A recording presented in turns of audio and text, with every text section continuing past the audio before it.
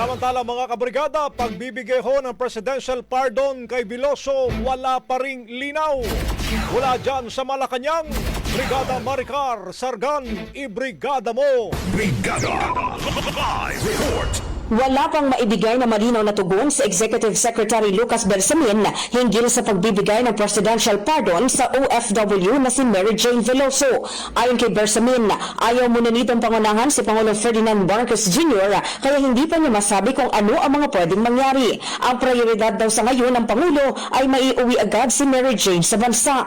Nabatid na sa kompirmasyon ng Department of Foreign Affairs, darating si Veloso sa bansa bukas ng umaga. Sa katunayan, sinundo na ito kagabi ng mga tauhan ng National Bureau of Investigation at Bureau of Corrections. Sa inisyal na ulat, idediretso si Veloso sa Correctional Institute for Women sa Mandaluyong City. Una nang sinabi ni Bersamin na ang pag-uwi ni Veloso sa bansa ay bunga ng mahigit isang dekadang pakikipag-usap, konsultasyon at diplomasya sa bansang Indonesia.